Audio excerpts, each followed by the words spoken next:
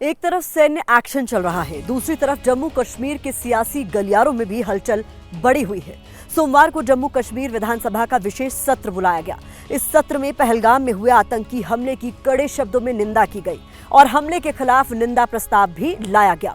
सदन में बोलते हुए जम्मू कश्मीर के मुख्यमंत्री उमर अब्दुल्ला ने पाकिस्तान को सख्त संदेश दिया है।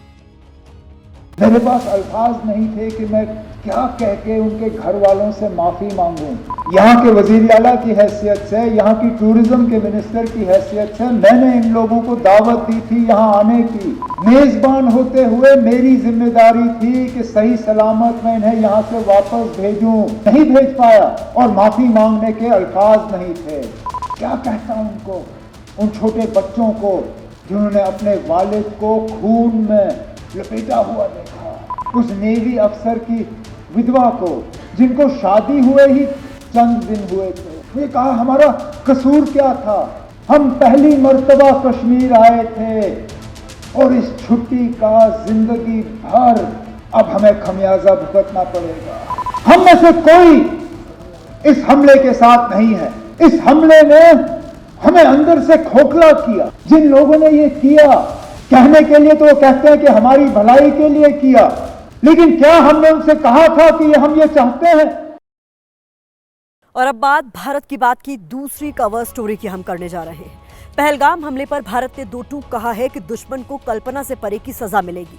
इस पर पाकिस्तान में खलबली मची हुई है। पाकिस्तान के नेता परमाणु चिल्ला रहे हैं। अभी तक भारत ने सिर्फ कूटनीतिक स्ट्राइक की है, लेकिन उससे ही पाकिस्तान डर गया है और इस डर को AIMIM अध्यक्ष असदुद्दीन ओवैसी और जम्मू कश्मीर के मुख्यमंत्री उमर अब्दुल्ला ने और बढ़ा दिया है। ओवैसी ने पाकिस्तान को लेकर जो बोला है, उसमें पाकिस्तान के लिए बहुत बड़ी वार्निंग छिपी है।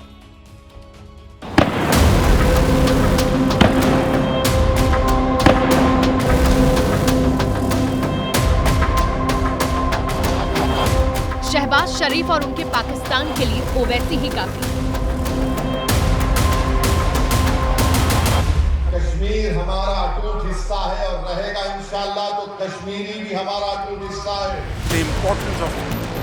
पाव वाले बम को लेकर इतरा रहे पाकिस्तान पर असदुद्दीन ओवैसी ने जबरदस्त फायर किया है। ओवैसी खुलकर बोले, पाकिस्तान का नाम लेकर बोले, पाकिस्तान को आईना भी दिखाया और कार्रवाई की चेतावनी भी दी। महाराष्ट्र के परभणी में वक्फ संशोधन एक्ट का विरोध करने के लिए एक जनसभा बुलाई गई, जिसमें ओवैसी भी आए, लेकिन इस जनसभा में ओवैसी ने पाकिस्तान को उसकी औकात दिखाई। उनसे उनका मजहब पूछकर, और अगर वो मुसलमान नहीं है तो उनको गोली मार दिए। कि दीन इस्लाम में कितना बड़ा गुनाह है किसी को कत्ल करना। एक सुर में देश का पूरा विपक्ष सरकार से पाकिस्तान को सबक सिखाने की मांग कर रहा है। ओवैसी ने भी यही मांग की है कि कंगाल मुल्क का सब रोक दो। हम लोग पूरा उन पे साइबर अटैक करना, हमारे पास एथिकल हैकर्स है, हमारे पास नेवल और एयरफोर्स ब्लॉकेट कर सकते, इंटरनेशनल लॉ में कर सकते हैं। पाकिस्तान ने गलती तो कर दी है और आज नहीं तो कल उसे सजा भुगतनी होगी। इसी के बारे में सोच कर पाकिस्तान की हवा टाइट हो रखी है। उसके नेता रह रहकर परमाणु बम की धमकी दे रहे हैं, जिसको ओवैसी ने भी उसी भाषा में जवाब दिया है। अगर हमारा पानी बंद करेंगे तो फिर जंग के लिए तैयार हो जाएं। ये जो गोरी, शहीन, गजनवी, ये चौकों में सजाने के लिए नहीं हमने रखे हुए, ये हमने हिंदुस्तान के लिए रखे हैं। ये बार बार पाकिस्तान ये कहता है कि हम न्यूक्लियर बॉम्ब हमारे पास है, एटॉमिक बॉम्ब है। याद रखिए, अगर आप किसी मुल्क के अंदर जाकर मासूम लोगों को मारेंगे तो कोई भी मुल्क खामोश नहीं बैठने वाला है। जिस मुल्क के पास खाने को दाने नहीं है, जो खुद उधारी पर चल रहा है, दूसरों के सामने भीख मांग रहा है, वो भारत को आंख दिखा रहा है, जिस पर असदुद्दीन ओवैसी ने शहबाज को सच्चाई बताई है।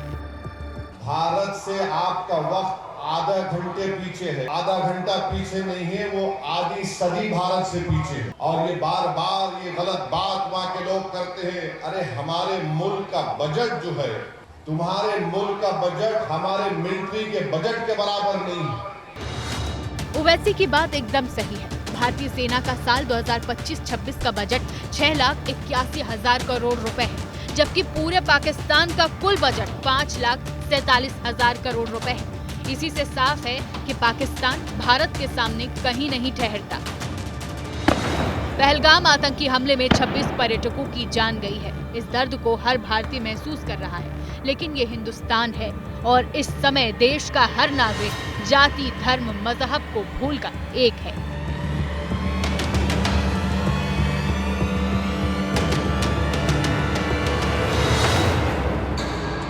हम बंदूक के जरिए मिलिटेंसी को कंट्रोल कर सकते हैं, उसको खत्म नहीं कर सकते। खत्म तब होगा जब लोग हमारे साथ होंगे, और आज लगता है कि लोग अब वहां तक पहुंच रहे हैं। अगर वो ये समझता है इससे हम लोग पाकिस्तान में चले जाएंगे, उनकी इस गलतफहमी को दूर करना। हम जब 47 में उनके साथ नहीं गए, आज क्यों जाएंगे? कायर आतंकियों ने धर्म पूछकर गोली मारी थी, लेकिन कश्मीरियत क्या होती है ये कोई यहाँ के लोगों से पूछे, उन पर्यटकों से पूछे जो कश्मीर की वादियों में है। एबीपी न्यूज भी पहलगाम में है, जहाँ हमने पर्यटकों से बात सुनी, उन्होंने क्या मैसेज दिया। आतंकियों ने हमला करने के दौरान जो तकनीक अपनाई, उन्होंने कहीं ना कहीं देश के को तोड़ने की कोशिश की, पर देश टूटा नहीं है बल्कि एकजुट और हो गया है। आप ये बताने की। हाँ, देश एकजुट हो गया है। वो तोड़ने की तो कोशिश करते थे, हिंदू मुस्लिम करने की कोशिश करते, लेकिन ये होगा नहीं, अब नहीं होगा। जिन गंदे इंसानों ने ये किया है, गलत किया है, हमारे भाई लोगों को बेगुनाह शहीद किया है, और जो भी वो लोग हैं उनको कोई मजहब नहीं होता है। इस हमले के बाद कोशिश की गई थी कि हिंदू मुसलमान में देश को बांट दिया जाए। आपको यहाँ पर कुछ ऐसा माहौल नजर आया? नहीं लगा बहन जी, कोई दिक्कत नहीं है, कोई दिक्कत नहीं लगी। हिंदू मुसलमान में कोई लगा नहीं। यहाँ से पूरे देश भर में एकता का एक संदेश भी जाना चाहिए कि हमको जो कोशिश की गई आतंकियों की तरफ से, हमें बंटना नहीं है।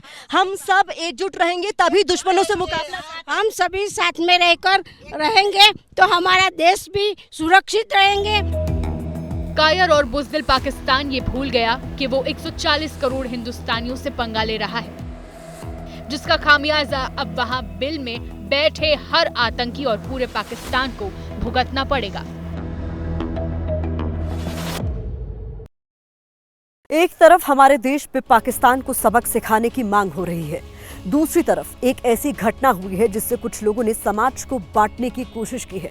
भोपाल में एक पुलिसकर्मी की पिटाई की गई, धर्म का नाम लेकर उस पर आपत्तिजनक टिप्पणी की गई। जिस वक्त पूरा देश एक है, उस वक्त ये घटना एक धब्बे की तरह, एक दाग की तरह है। इस बीच देश में हो रही राजनीतिक बयानबाजी भी कई सवाल खड़े कर रही है। जिस वक्त पहलगाम हमले पर पूरा देश एकजुट है, सब पाकिस्तान को सबक सिखाने की मांग कर रहे हैं, उसी वक्त हमारे देश में समाज को बांटने की भी कोशिश हो रही है, वो भी मजहब के नाम से।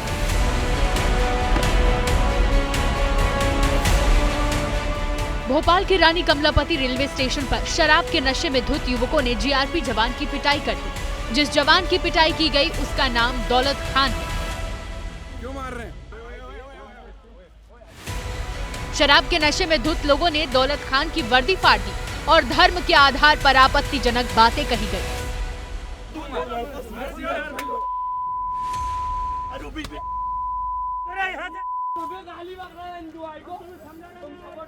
कौन मार रहा है? ये आम लड़के हैं, दारू पी के ड्यूटी नहीं। क्यों मार रहे हैं? दरअसल ये युवक कार में बैठकर शराब पी रहे थे और दौलत खान ने इन्हें रोका था। इस बीच पहलगाम हमले को लेकर राजनीति भी हो रही है। कांग्रेस नेता मणिशंकर अय्यर एक कार्यक्रम में थे, जहां अय्यर का एक बयान फिर चर्चा में आ गया। In today's India, does the Muslim feel that he is accepted? Does the Muslim feel that he is cherished? Why should I answer my own questions? Ask any Muslim and you will get the answers. इस पर BJP को भी बोलने का मौका मिल गया। कांग्रेस के नेताओं के सुर पूरे देश में वही हैं जो पाकिस्तान के अंदर उनकी सरकार के मंत्री और पाकिस्तान मीडिया की भाषा।